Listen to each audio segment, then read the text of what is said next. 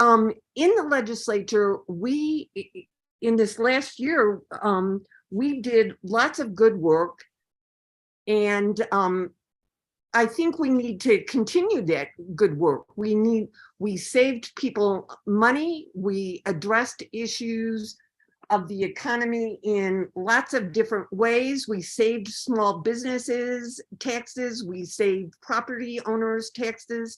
We expanded access to the child tax credit, which brings families out of poverty. And I think we need to continue along that method. Thank you.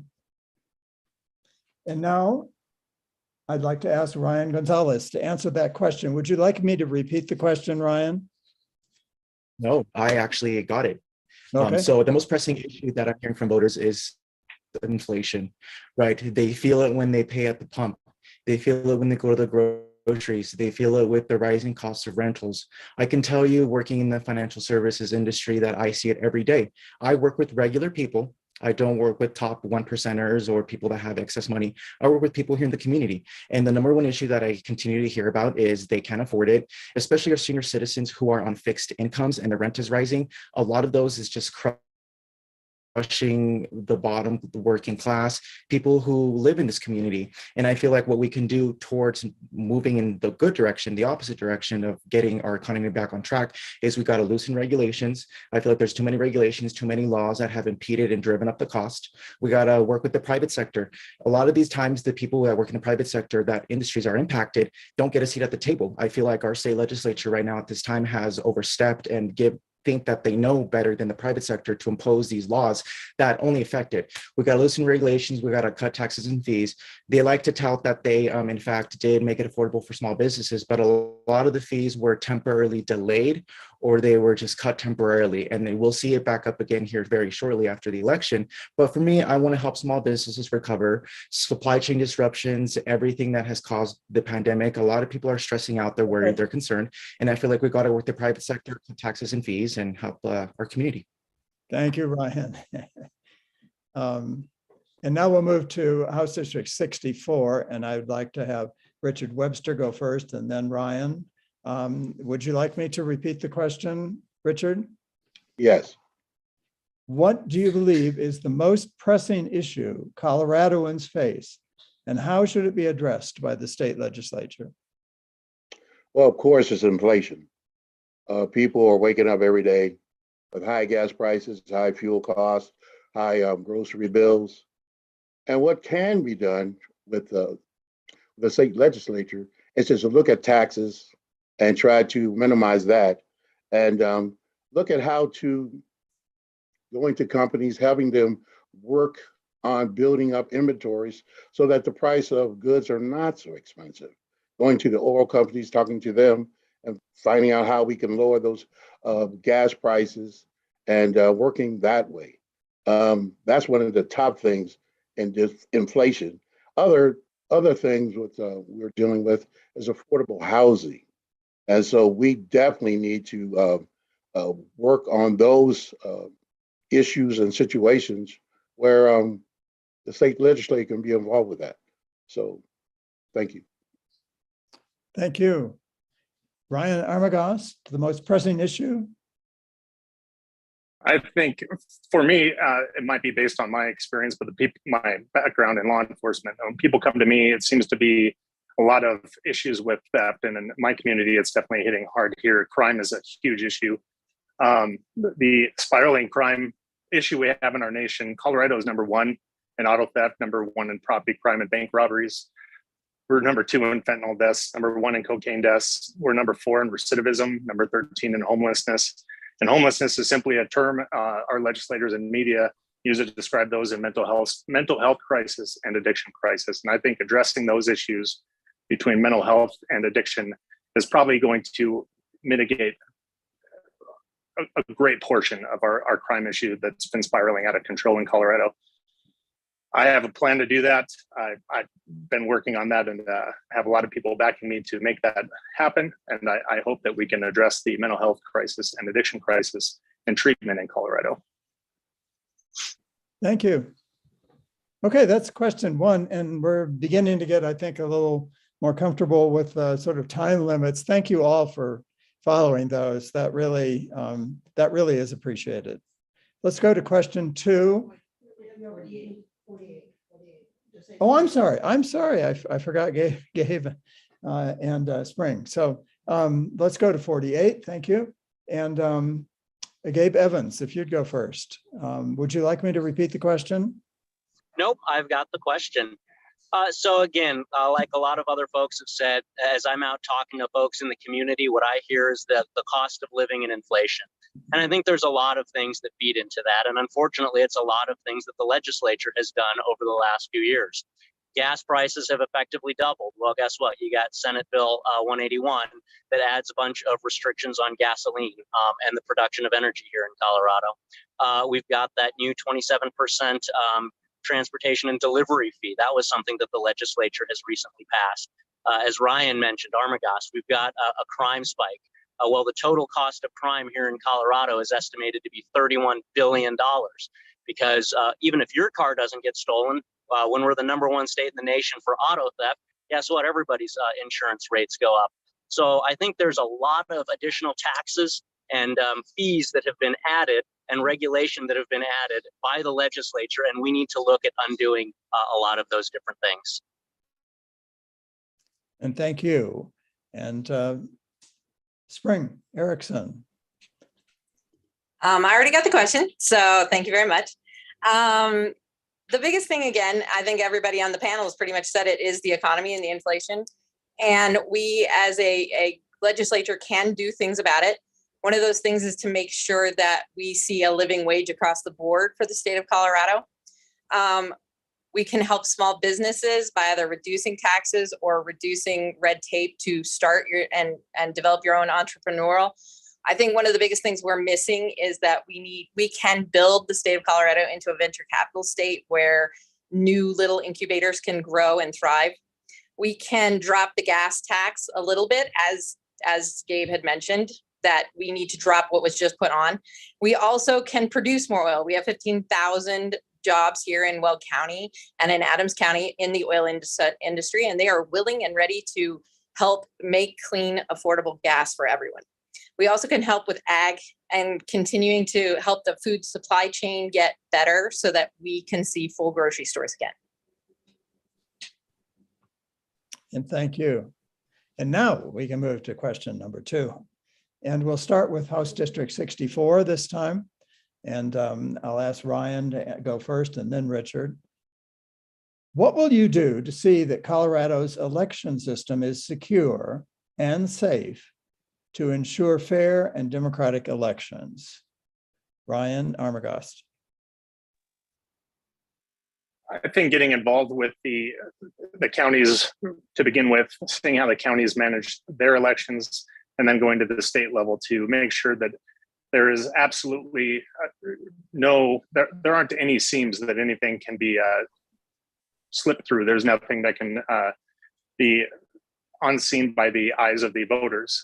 There isn't enough transparency in our election system. I think voters need that transparency, and they need that ability to see that their vote counted, but also that there is absolutely no issues. There's no way their vote couldn't have been counted or otherwise, and that there's nothing going on behind a curtain that they can be unaware of. So I think the biggest thing is finding out how the counties are doing things, how their transparency works, how they communicate with their citizens, and then how the state does, and making sure that there's transparency across the board. Thank you. Richard Webster. And I'd be glad to repeat the question if you'd like. Yes. What will you do to see that Colorado's election system is secure and safe to ensure fair and democratic elections? Well, I like the way the system is working for us right now with mail-in ballots, giving people a chance to vote. You know, you have working citizens all the time, can't make it to the ballot box or the polls. And I like the way our state has done it. I think we're probably one of the leading states in the way we are doing our voting at the moment. And I think transparency is a thing we must look at, making sure that there is no illegal things being done. making sure fair and free voting for everyone, and not taking the right to vote away from anyone. That should not be in a democracy. So I like the way Colorado's doing it. Like I said before, Colorado is probably one of the leading states in voter registration, and the way we do mail-in ballots. I hope we keep that. We keep the state blue. We can definitely keep it. Thank you. Thank you. And we'll move now to House District 48. I'll ask Spring first and then Gabe. Spring Erickson, would you like me to repeat the question? No, thank you. I think we have one of the best election systems out in the United States in general. We need to continue to support our county clerk and recorders. I know Carly does a great job for Weld County in making sure that everything is running smoothly. One of the best programs that I have seen, and I've actually used it myself personally, is ballot tracks. You can watch your ballot actually leave the county and clerk recorder's office and come directly to your home. And then when you fill it out and you drop it back off, or as I do, I drop it off at the polling place in Fort Lupton. You can watch that ballot go all the way back and be counted through Carly. So you can make sure that your ballot has counted. And that is one of the most important factors I think we have in Colorado for our election system. Thank you. Thank you. Gabe, you're on. Well, good evening again. So I think that here in Colorado, having worked for 22 years in the government, there's always things that we can do to improve the efficiency and transparency of any government program. But like a lot of the other folks have said, I think in Colorado, we generally have a pretty good track record. I'm fortunate enough to having seen how Weld County conducts their elections and tracks the ballots from the time they're mailed out all the way to the time that they're received, counted, and then stored for the next 25 months in the event an audit needs to occur. And I've seen a lot of the safeguards that they use. But I think that information that I have is something that could be broadcast, and we could do a better job of having that transparency to the general public so that they could understand step by step how their vote is cast and how all of the safeguards go into place that make sure that their ballot is counted and that there aren't other votes or ballots out there that shouldn't count. Again, we can always tighten up things a little bit, but generally I think just greater transparency. Thank you.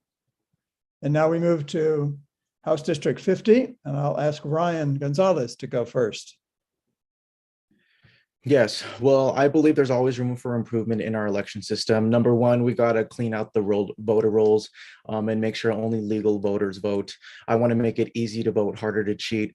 I believe in also voter ID. Mexico has voter ID and it works out very well. I can tell you my parents come from Mexico and they have voter ID. There's absolutely nothing wrong with that. I believe that people need to get more involved at the county level, right? I trust my clerk and recorder with the elections. Like Gabe, I was invited to actually see the process, and people don't know the processes that go behind the scenes when they're picking up ballots, when they're verifying signatures, when they're sorting them out. There's a lot that goes into it to make sure we have secure elections. And I invite people to obviously tour when they can and be a part of it, because if people actually understand the processes that go along with it, we can do better, and obviously not spreading misinformation that there has been, because like I said, let's make it easy to vote, harder to cheat. Another thing as well is I am against automatic voter registration. And the reason being is because there's people that I've run into that just do not vote. They do not like to vote. And I respect their wishes not to, but I feel like we shouldn't be automatically enrolling those people that do not want to vote. Perfect timing. And Mary Young. Voting is so critical to democracy. It is essential. And so it is important to continue to monitor how it works. I am proud of our system in Colorado. We have been looked at as a model system. I think our ability to vote, get the ballot at home, really allows increased accessibility. When I knock on doors and I talk to mothers with young children, it makes it so much easier for them and for our older Coloradans also. We have a clerk and recorder system in this state that is wonderful. Carly Koppas is a leader And we have bipartisan clerks and recorder, and they attest to the validity of our system. And I think we need to continue to monitor voter fraud, but it has never risen to a level of concern in our state. All right, thank you all. We'll move now to question 3. And I'll be asking House District 48 to go first. First Gabe, and then Spring, and then House District 50, and then House District 64. Question 3. What will you do to support and ensure equal access to resources, such as food, housing, security, educational opportunities? Equal access to resources for all people, including the Latinx and immigrant populations in your House district. Gabe Evans. It's a fantastic question, and I think the answer to that is that generally the free market does that much better than any sort of, government trying to control all of the different strings. Again, I've worked for all different levels of the government for a combined total of 22 years, federal, state, and local. And really what I can say after seeing that is anytime the government gets involved in things, it typically makes it harder to navigate that system. I'll give you a specific example. I've met with a lot of healthcare providers. And really what one of their biggest concerns is navigating a lot of the government mandated hoops that they have to go through in order to get reimbursed through things like Medicaid for services that they provide to the community. So by streamlining and being able to empower the free market to provide those resources, I think we'll be able to provide a better product for cheaper than it's currently being provided to the citizens. Thank you. What will you do to support and ensure equal access to resources? Spring Erickson. I believe that a fair and living wage helps with that. We can break a lot of the issues with economy and housing things down. But we also need to make sure that there are not any gentrification issues that are going on. We're seeing that especially here in the Brighton, Adams County areas. Maybe not so much in Weld County in my district, but I feel like we need to make sure that housing is equitable and that we have the protections in place to make sure that everyone has the right to housing. We also need to make sure that there is a fair and living wage, and we also need to make sure that education is accessible, especially the post-secondary education through UNC, CSU. These things need to make sure that they're always equitable. Thank you. House District 50. I'd like to start with Mary Young. And would you like me to repeat the question, Mary? No, I think I've got it. Thank you for that excellent question. This has been a focus of mine as a legislator ever since I came into office. As I work, I'll give an example of my behavioral health administration bill, which is trying to break down the barriers people have encountered accessing behavioral health across the state. And we have priority populations, and we have it embedded in the bill to make sure that people have access to the behavioral health care they need. We're establishing a diverse workforce so you can access a therapist or help in your native language and someone who's culturally competent. So all of my bills, I look at it from that focus. So we need to continue to do that. When we did Economic Recovery and Relief Task Force, that was our focus, finding that balance between the business community needs and making sure we were meeting the needs of all communities in Colorado. Ryan Gonzalez, equal access to resources. Yeah, well, a lot of it, I believe in competition. I believe competition is a beautiful thing. And how do we get that way? We move towards a free market approach. We eliminate the regulations. I can tell you a lot of the people, specifically in the Latino community, want to start a business. But the fact of the matter is the hoops are too high. The barriers to entry are too high. We've got to lower them. We got to have a level playing field. We got to make sure that it is fair. We shouldn't be picking favorites to multi-million or billion-dollar companies. We should be empowering our local communities, small business here in House District 50, which is the backbone of House House District 50, if you look at 8th Avenue, small businesses are getting crushed by regulations, by the fees, by the taxes. And a lot of times too, we make it harder for competition to actually jump in, which will help drive down the prices of many goods and resources, but also make it accessible for people in the Hispanic community to start businesses because they see a need that is not being met. We have a shortage of labor. We have a lot of these people are trying to fill these needs here in Colorado. And how do we do that? We got to have a level playing field. We got to have lower taxes and just to encourage competition and incentivize it. And we'll move now to House District 64. I'd like Richard Webster to answer the question first, if you would. Yes, in terms of getting access to resources, affordable, I'm a piggyback off of Ms. Erickson, affordable or wage, a living wage is very, very, very important.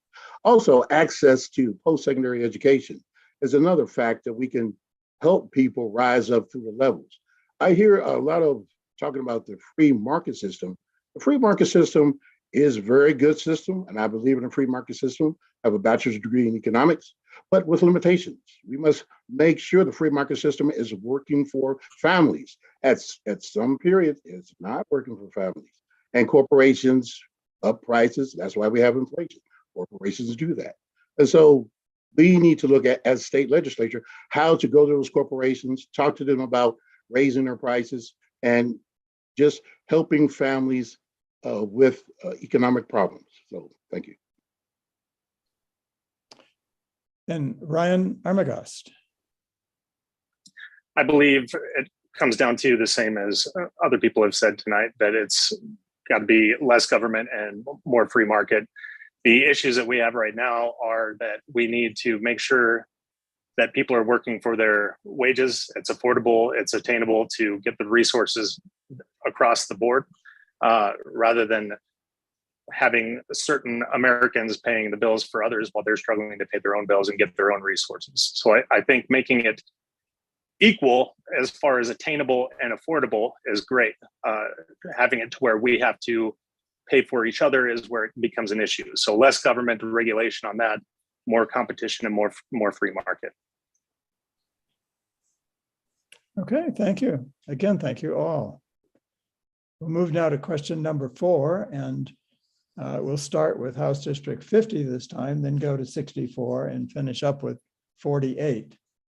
And I'd like Ryan Gonzalez to go first this time.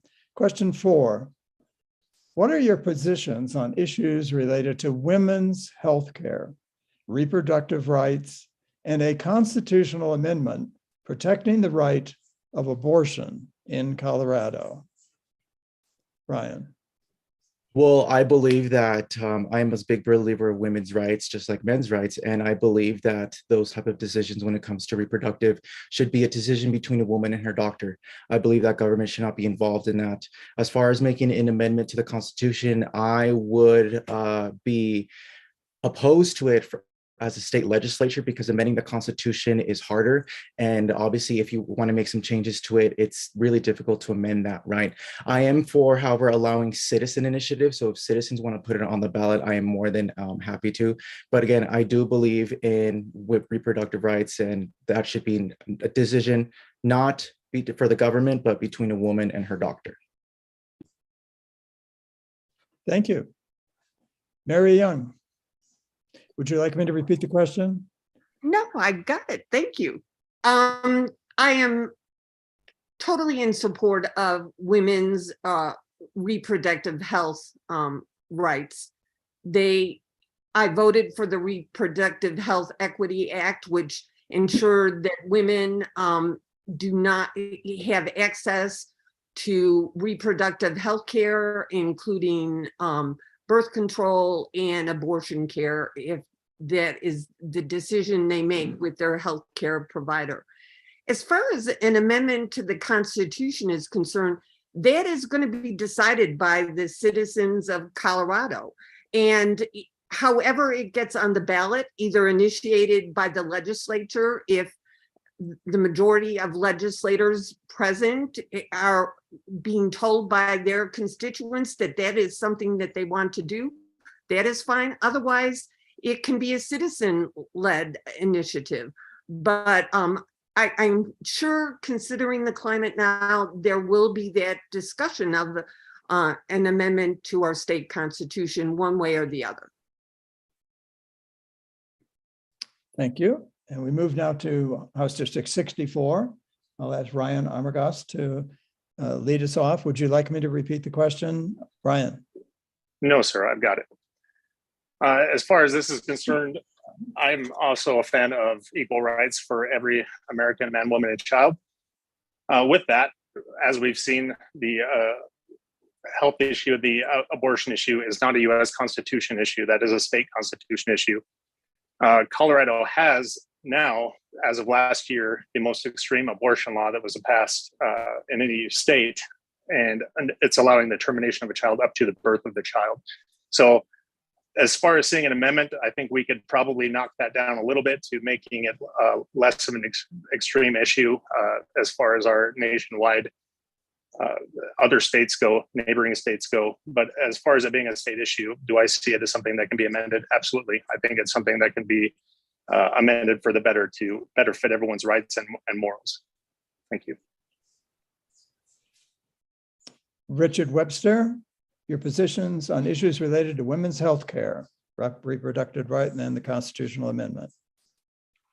Yes, I totally believe in strong women's rights. And the voters should make that decision, I believe, in putting it on the Constitution. I think that should be done by the voters. And I'm really happy that our other party is coming on board with that, because a lot of them were opposed. So I'm glad they're coming on board. So yes, really believe in women's rights, strongly believe in that, and in women's health care. Thank you. House District 48. Start with Spring Erickson. Would you like me to repeat the question? Nope, I've got the question. As a woman, I am fully supportive of women's reproductive rights and reproductive health care. It should be a decision between myself and my doctor, as for all women and all men for their health care for that reason. We've seen that the Supreme Court has overturned Roe, and that makes it that they've brought it back to the states. And if we as a state don't put it in the Constitution the way that the people of Colorado want it to be stated, then it will eventually come down to a legislative vote where the bill that was just passed in June or in April will be overturned if that's what the next legislature or any legislature in the future decides. And so we need to have that as an amendment. And I think the people of Colorado know that, and it will come down to the people of Colorado deciding what that amendment will be. Thank you. Thank you. And Gabe. During my time as a police officer, I unfortunately had to respond to numerous situations of abused and battered women where their access to healthcare was a critical issue.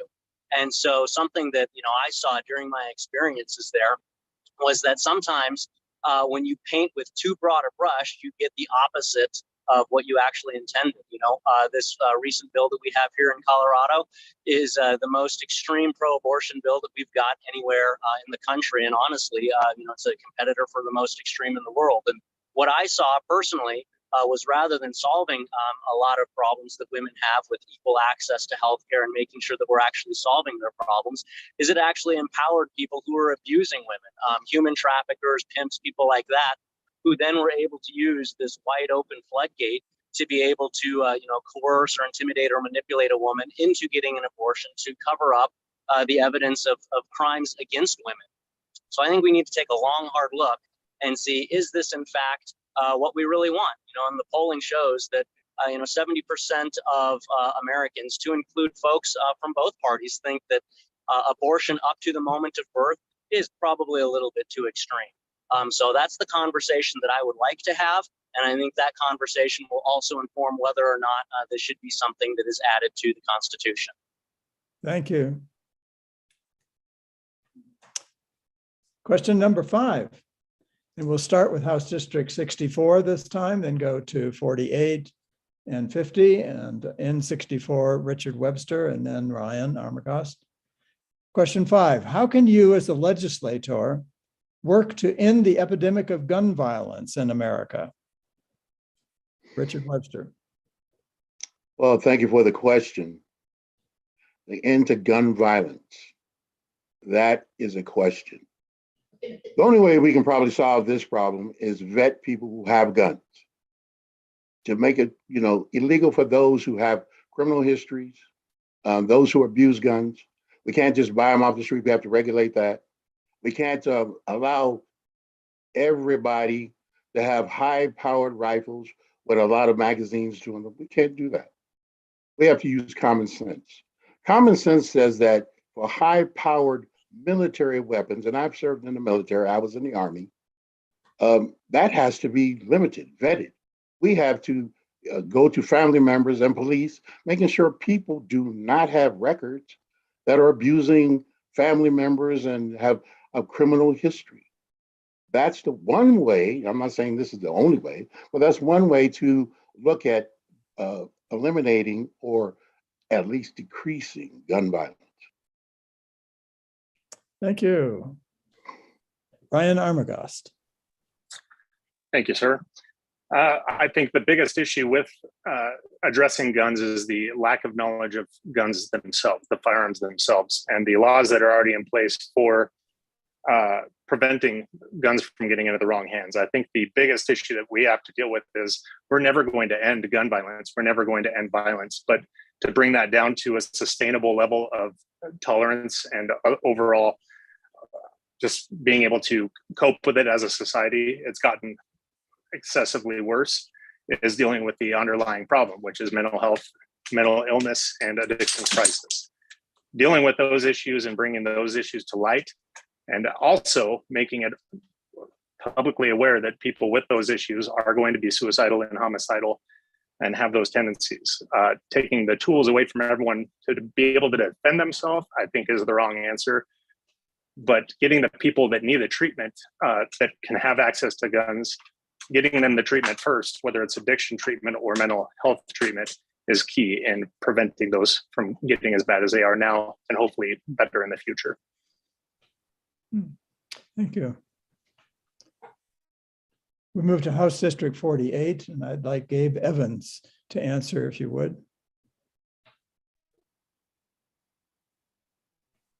Gabe, are you with us? During my 12 years in the military and 10 years, you there? Yes. I think you're breaking up. How about now? We heard you. Are you still on? There. No. I see your face, but we're not hearing audio. Are you muted?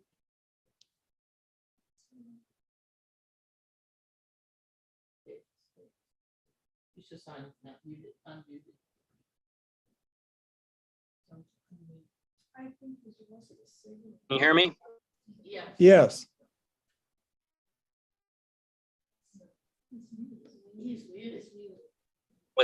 You're muted. Hey, Gabe Evans, you're muted. Okay, I've got unmute on my side. Good. Go for it. All right, sorry about that. So 12 years in the military, 10 years in law enforcement, and I've still never met one of these criminals that's going to obey a gun law. So I think the question is not just gun violence, I think it's violence in general. One of the most violent assaults that I saw during my police career was actually committed with a clothes iron.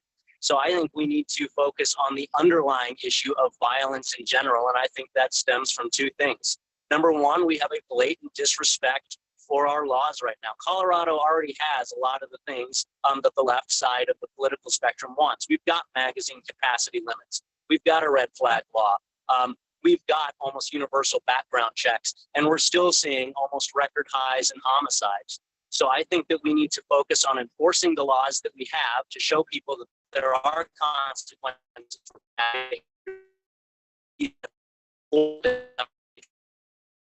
to bolster our mental health system. Cops don't want mental health providers. I can tell you the reason they are is because the system has broken in a lot of places. Resources are not they need to be for those folks, for our neighbors who are suffering from mental health, substance abuse, and other issues. So I think we need to focus on general violence, general law and order, and getting resources for mental health and IDD. Thank you. Thank you. And I'm sorry about that breaking up. I'm not sure what to suggest, possibly stopping at a place where you are getting good reception. But let's move on to Spring Erickson. Yeah, so with gun violence, I see it from the opposite direction. I've worked 10 years in a school, and one of the most vivid images I have is seeing seniors come up to me and ask me if a will on their phone is enough if they are killed in a school shooting. And it's almost gut-wrenching to watch these kids, especially right after Parkland, have to deal with gun violence every single day in their heads. That is today the day I don't go home from school. We need to make sure that they feel safe. And if that means that we have to have that tighter gun law on the AR-15, then we need to do it. We also need to make sure that background checks are working. And I would love to see a actual licensing for people who want firearms. I hunt. We have firearms in our family. I would be more than happy to have a license to be a hunter in terms of owning a gun, just like anything else, like driving a car. They are a weapon of death, and we need to regulate them just like we regulate cars that are weapons of death. Okay. Again, thank you. And we move to House District 50. I'd like Mary Young to answer this question first. Important question, difficult to answer in 60 seconds. This is a critical issue for all of our society. Spring talked about schools. It really was the STEM shooting in Douglas County when the students came out of the school after the shooting and chanted mental health, that propelled me into pursuing this seat. It is not just a mental health issue though. Really it is the minority of mass shootings are committed by people with mental health issues, but we have an environment where people haven't gotten the help they need when they're young and gotten the prevention that they need. So that in combination with common sense gun laws, like we did firearm storage, which would make sure children don't have access to firearms in the home. That is what we have to continue to pursue and look at, and really look at well-researched methods to address this. Thank you. Ryan Gonzalez. Yeah, well, this is a very great question. And I can tell you a lot of people who are for tighter gun laws personify the gun as if the gun decides one day to go out and kill people. I can tell you it's more than the object. We got to get away from the object. And we got to talk about the person. We got to talk about the person behind it. I can tell you gun-free zones draw those kinds of people to cause harm, right? No more than making strict gun laws. Same thing with drugs, right? We have some drugs are legal, but we still can't keep them off our streets. It's just plain and simple. We have to talk about mental health education. You know, it's the person behind it, because I can tell you, take away the guns, and what you're going to see is you're going to see an uptick in auto violence. You're going to see explosive. You're going to see knives. People, if they want to do evil, will do evil. They do not need a gun. And right now we have some of the very tight gun laws here in Colorado, and they're not working because obviously our crime with weapons, specifically guns, are going up. So obviously that is not helping at all. I'm for obviously mental health education and treatment, which is necessary. And also classes. If we teach people gun safety at a young age as well, you can't take say that a child obviously shouldn't be, because if you teach them the safety and how to manage it, it also helps in their development later on to properly handle a gun, not misuse it. Okay, thank you. We'll move on to question number 6 now, and I'm going to ask the candidates for House District 48 to go first. Spring Erickson, and then Gabe Evans. And then we'll move to 50, Ryan Gonzalez and Mary Young, and then to 64, Ryan Armagost and Richard Webster. Question 6, what are you willing to do to provide adequate funding for K-12 education? Spring Erickson. As an educator, as someone who's worked in education, I would say anything and everything we could do. We are 39th in funding in the nation. We need to bring that up. We're running about $5,000 per pupil. And one of the things, especially in our district, is that the base stabilization rate actually is harming our school boards. As my sister is on a school board for Weld RE3 J here in Weld Central, we have seen that by having them have to pay back money, they're actually having to take away from students. And that needs to be fixed immediately. I'd also like to see an increase in special education funding so that schools can help those students even more than they already do. Thank you. And Gabe Evans, are you on? Yep. Good. So I think that we need to focus on a couple of things here. The first is the amount of money that's actually making it into the classroom. Here in Colorado, only 55% of the funds is actually making it to the classroom. The surrounding states are averaging at least 62% of that. And when you're talking the size of our budget here in Colorado, that 7% difference is almost a half. So I think we need to incentivize people to get more of that money to the classroom and spend less of it on administration and bureaucracy. And then I'd also like to point out that there was actually a bill that was brought last year that would have made up that budget stabilization factor in its entirety, almost $750 million, in exchange for allowing parents to have more choice in selecting an education that works for them rather than being locked into whatever school district they're assigned to. So I think that being able to increase parental choice in selecting education is also a critical part of negotiating to make sure that the schools have the funding that they need. Thank you. House District 50, Ryan Gonzalez. Yeah, well, this is a great question. Again, I am the product of public education, and I can tell you I love all my teachers. They have been terrific. What we need to do is we need to reallocate our budget, because I can tell you there's more money that should go into education, but the fact of the matter is it is not, and I feel like it is a waste. One thing we need to do is we have to have funding follow the student, right? Like Gabe said, school choice and, alternative schools, vocational schools, trade schools, obviously encouraging competition, if you will, with the other schools.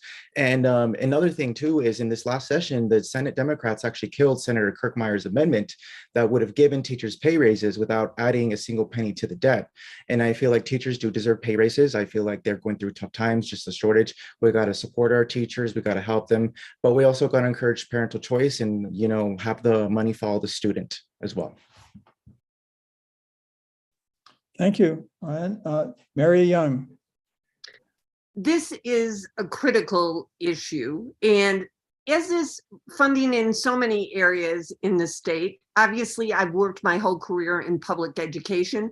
When I came to Colorado in the early 80s, I took a pay cut from Illinois, but we were in the middle of all the salary schedules. Now we are at the bottom, depending on what state, what data group you're looking at. We need to address this issue, and I'm willing to look at all options. I consider talking. It's important for this to be a bipartisan solution, because this is an area that we really sometimes conflict a lot about how to really address salary schedules, funding for services. And we certainly have a state that provides lots of options. Charter schools are public schools, and parents have the right to choose those options. We need to continue working on solving this problem, and I'll do anything to come to a solution that will work. Thank you. In House District 64, Brian Armagost. Thank you, sir. I think the best thing we can do is break down where the funding is going and track the money and see what amount of that is actually going to the teachers and the students. The whole system right now is broken in Colorado. 60% of our kids can't read, write, or do mathematics at grade level. We have a need to bring common sense academics back into our schools, transparency for the parents, and the money going to the teachers and not the bureaucracy in between. And like a couple of the people have said, it needs to follow the student. We have to give parents the choice of where and how they give their children the best education possible, whether that's in district schools, charter schools, private schools, homeschool, but with the same benefits and resources to help those kids succeed. But, and I agree with Mary, this should be a nonpartisan issue. This should be across the board, something that we need to focus on to take care of our kids and teachers. And Richard Webster. Thank you for that question. I'm a public school teacher at the moment. We need just increased funding across the board for principals, teachers, and for students. We need access to more curriculum. We need access to more funding for special education, and we need to even the pots. Some districts get more money than other districts. We need to figure out a way to equalize that out, and so that all schools are funded the same way. Rural schools on this side of the city school, which is the poor side of the city or county, we need to equal the pot. And so that's where we need to do. And plus, I do believe in parent choice. Parents should have a choice to put their child whatever they need, and that money needs to follow that child. And that parent should be able to pick that school or whichever school they want. So that's what I believe. Thank you. We'll move on now to the seventh question. And this will be the last question before we open it up to the audience. And in this case, we'll go with House District 50 first, and Mary Young, and then Ryan Gonzalez. And then House District 64, Richard Webster first, and then Ryan Armagost. And then House District 48, Gabe Evans, and then Spring Erickson. Okay. Do you believe the state legislature should address climate change, such as moving away from dependence on fossil fuels? Mary Young. I think that clean energy in addressing the issues of climate change is very important. We all need energy to have a successful life. Developing sustainable resources of energy and protecting the environment doesn't have to be an either-or situation. So we should be protecting clean water, land, and wildlife, and we need to make a responsible transition to a clean energy economy.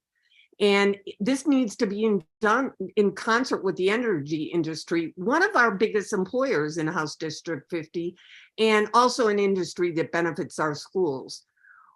Along the way, we should ensure climate solutions are just and protect workers and our most vulnerable communities. So this is an issue that needs to be addressed as we look at the summer that we've lived through, which scientists around the world say that this is an indicator of definitive climate change, which will have immeasurable impact on the health of our individuals in House District 50 and our economy. Thank you. Ryan Gonzalez. Well, no one's opposed to renewable energies. I believe in hydropower. I believe in nuclear power. I believe in biodegradable plastic. But these are solutions that we should be working with the private sector for, not at the expense of oil and gas. Here in Weld County, House District 50, a majority of the working class are blue-collar petroleum, oil, and gas people. Now, one thing that is true, and science has proven, is that natural gas is in fact a clean form of energy. And I feel like these companies will lead the way towards a renewable energy, but we can't force as a legislature these important sectors in our economy to do the change. We have to encourage it and incentivize it, but not forcing them. And I believe we can do a transition over time to get those renewable and clean forms of energy and start moving towards a greener place, but not at the expense of oil and gas, and certainly not forcing them. Okay, House District 64, Richard Webster. Can you repeat the question one more time? Sure can, if I can find it here. Do you believe the state legislature should address climate change, such as moving away from dependence on fossil fuels? Well, we all see what the weather is doing. We just had a Hurricane Ian in Florida, took over most of the state. We see the devastation of floods in our country. We see the devastation of fires within our country, not just where it was in California, but all over the West. We have to make a sensible, reasonable transition from fossil fuels. We have to. Otherwise, our children and our grandchildren will suffer more devastation because of it. Yes, we must protect our energy families. We must make a small or slow transitions. Those high-paying jobs have to be replaced. And so we must move in those areas. But we have to, because we're killing our environment. And those naysayers who say that this is not true, they're wrong. We have to change. We have to change. It's going to be difficult. It's going to be hard, but we have to do it. Thank you. And Ryan Armagost. I would agree that we need to put more nonpartisan information and research into climate change. But in the meantime, we can't jump into something that's undeveloped and leave behind something that is fully developed. Colorado was the top state for US oil production when we were energy dependent. Our governor and the Democrat majority in the House have completely shut down and dismantled the Colorado oil and gas industry and pipelines to enable the severely underdeveloped and unplanned green energy movement that still leaves a bigger carbon footprint than fossil fuel energy production and usage. Colorado had the cleanest oil production in the world due to regulations put on our oil companies and refineries. With those being shut down and villainized, we now find our oil from other countries that are not looking out for our best interests and are also the heaviest polluters in the world. So while we need to look at sustainable energy and green energy, we need to have a solid plan in place before we completely get rid of something that we have working that is as clean as it can be right now. And thank you. House District 48. And we'll begin with Gabe Evans. So I have a small family farm, and so protecting the environment, ensuring that we have clean air, healthy soil, good water is absolutely vital, not just in the broad scheme of things, but for me specifically, because that's how I run my family farm. And so I think that when we have this conversation about climate and about energy sources, I think we need to actually have scientific, data-driven answers about where we can get clean energy sources. And, here in Colorado, House District 48, we produce some of the cleanest energy in the world. And I can say that because I've been to other parts of the world that produce energy in a much less responsible way than we do. So when we attack sources of energy that we have here in Colorado, we're forced to go get it from other parts of the world that are major polluters. And when we force technologies that aren't completely developed yet, we actually end up with green energy sources that may not be actually as green as they're supposed to be, and we just end up exporting a larger carbon footprint to other parts of the economy or other parts of the world where that footprint is harder to see. So I absolutely support taking care of the climate, but we have to make scientific decisions on how best to do that and not just go with politically expedient talking points that export that carbon footprint to lower income or minority parts of the world or economy. Thank you. And Spring Erickson. We are beginning to see the climate change is happening and it's real, and there's just no denying it at this point, as everyone has said. but yes, I live in a neighborhood that if we took away, oil and gas right now, it would decimate my entire neighborhood. And I refuse to do that to my neighbors because I love my neighbors. And I would like us to open up the DJ Basin again and start pumping the natural gas that's in it and actually converting the 2 power plants we have over on the West Slope into natural gas converted energy plants and not coal, and get off of the coal and get onto natural gas, keep that clean energy going. Well, we also continue to develop our solar and wind programs here in Colorado. 360 degrees of sunshine, we could be the leader in solar energy, and we can develop that technology here. And we have many companies, especially in Adams County, as in Weld County, that are working to develop those solar panels.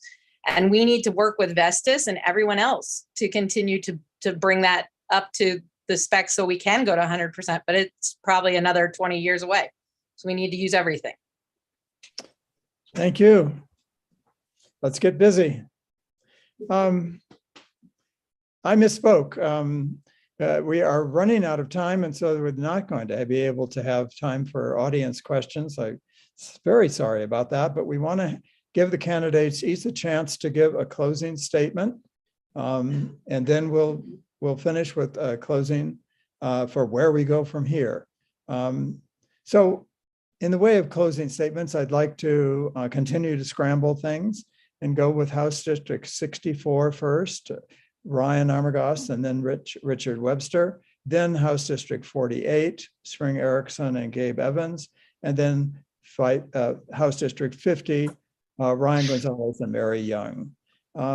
So your closing statement, and I remind you that you have a minute each. That's not very long. House District 64, Ryan Armagost.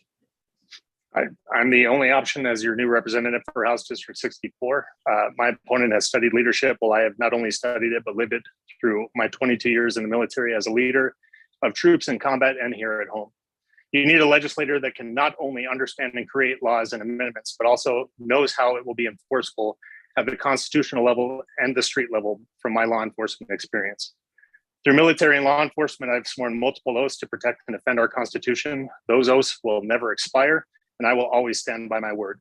Semper Fidelis is the Latin phrase that our United States Marine Corps has adopted, which means always faithful. I will always hold my faith to God, my family, my constituents, and fellow patriots of Colorado. We need to bring balance back to our state. We need a strong leader that is a proven communicator and strategist in making things happen. Our state is in crisis from the past decade of unbalanced legislation and partisan agendas. We need to ditch the petty playground politics, roll up our sleeves, and get work done. We must remember we are a government.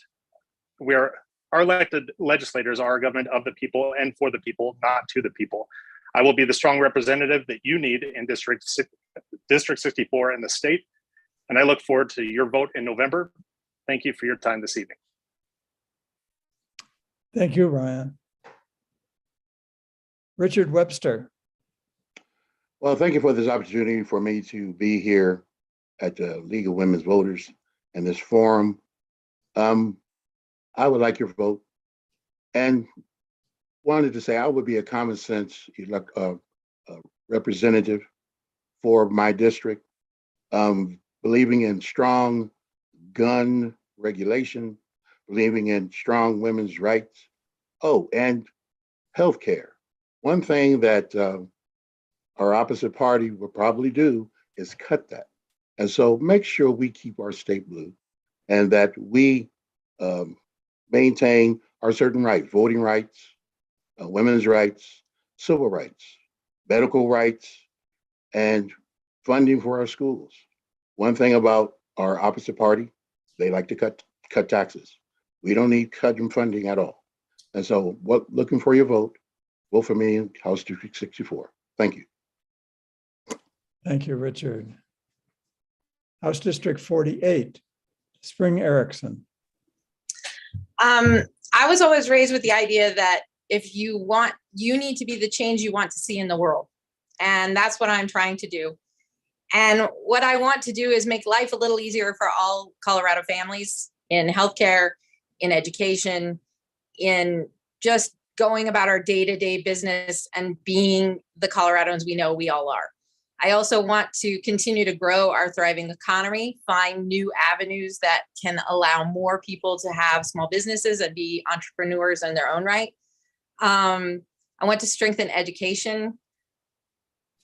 I think we can work together, and that's the only way we can do this, is to work together to strengthen Colorado and be the changes that we want to see. And I would ask for your vote, and I am humbled by the honor to serve you in the state legislature. Thank you. Thank you, Spring. Gabe Evans. Well, I just want to thank all of the organizers for putting on this event. I really appreciate the amount of time and effort that you've gone through in order to be able to host this. Sorry for some of the technical difficulties that I've had, but I wasn't going to miss this event tonight, so I had to do it from the front seat of the car. My entire adult life has been characterized by service to my community. I know where I stand. Nobody wants a spineless politician. So I know what my principles are and what I won't compromise. But one of the things that I'm proudest of during my police service was the fact that I was only ever in 2 fights. And that is because I can collaborate with anyone. So out of thousands of contacts over a decade, the fact that I only ever got into 2 fights speaks to my track record of being able to collaborate with anyone under any circumstances.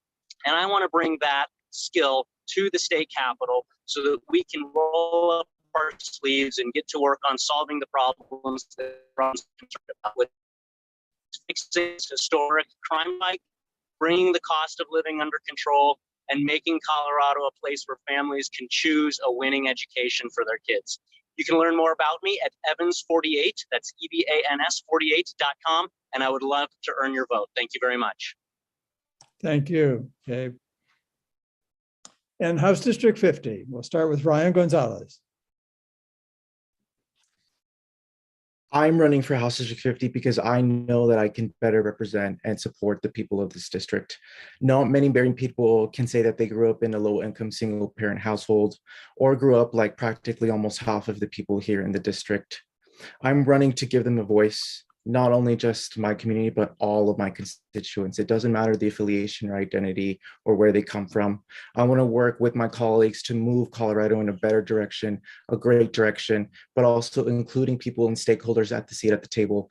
I want to be able to work towards giving parents more school choice, the law enforcement, the tools and resources that they need to make sure that we have safe communities, and also undo excess regulation of small businesses, as well as make it a priority to help small businesses recover from this pandemic that has strained this district. And I have seen the devastation and I have heard their cry.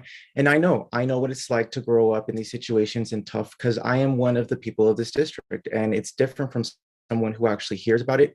It's another thing for someone who lives through it and understands it. And that's why I believe I better represent House District 50. Thank you, Ryan.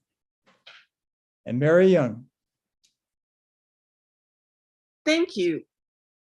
I want to say I have really loved this work, and I characterize myself as a public servant, not a politician, and that is how I have approached my work as a state representative. I've proven myself to be the voice for the people of House District 50. As a listener, I've knocked on many doors, listened to the people at town halls, and been involved in a wide range of community activities and events over many years. I work hard to represent everyone in this community, and I have demonstrated a commitment to the Latino community and our other diverse populations. I work to pass economic recovery and affordable housing bills that will improve the lives of people right here in this area. My deep experience in mental health and education, combined with the hard work at the Capitol, is in providing improvements in these areas, with also increasing transparency and accountability. I will continue to work to save families and small businesses money. You are my top priority. I will always make sure the residents of House District 50 get their fair share. I'm asking for your support so I can continue this great work. Thank you, Mary. And now it's my pleasure to sign off as your moderator and turn this over for a closing statement from the League of Women Voters to Sandy Magnuson.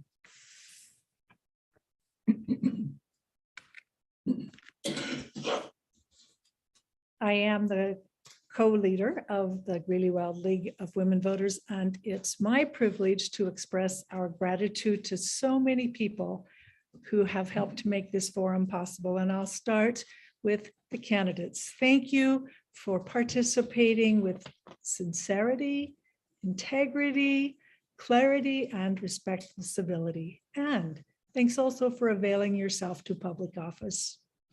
And then to Dr. Ron Edgerton, who again has volunteered to moderate League of Women Voters Forum. This is not the first time we've asked, and I'm doubting that it will be the last time. So thank you so much, Ron.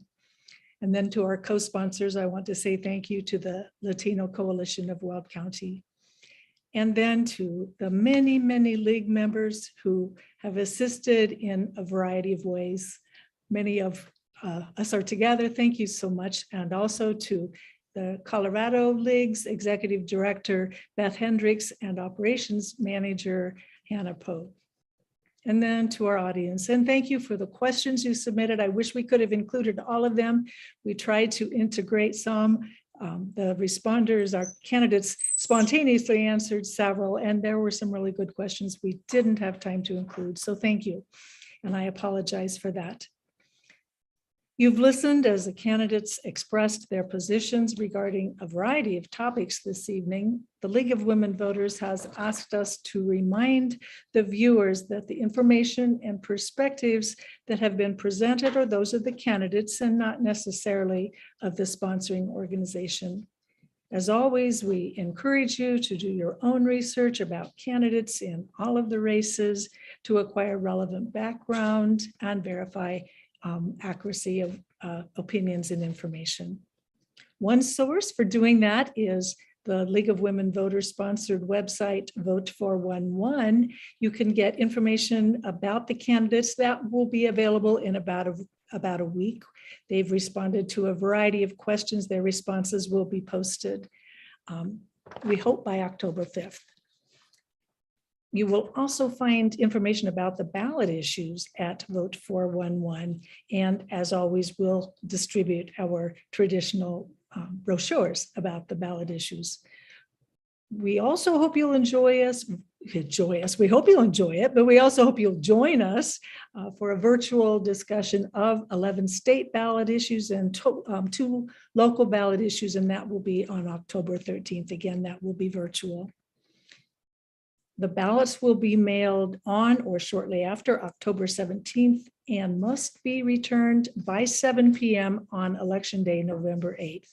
You will be able to leave your ballots at designated drop-off boxes or at polling centers.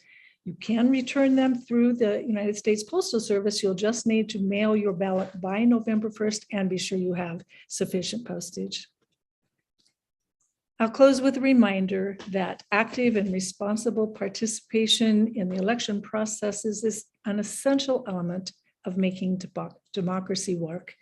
And that supports the League of Women Voters mission, which is empowering voters and defending democracy. Thanks to our candidates, to Ron, to the League volunteers, to the Latino Coalition, and to you, the audience, for helping us with both of those endeavors. And with that, I'll say good evening and thanks again.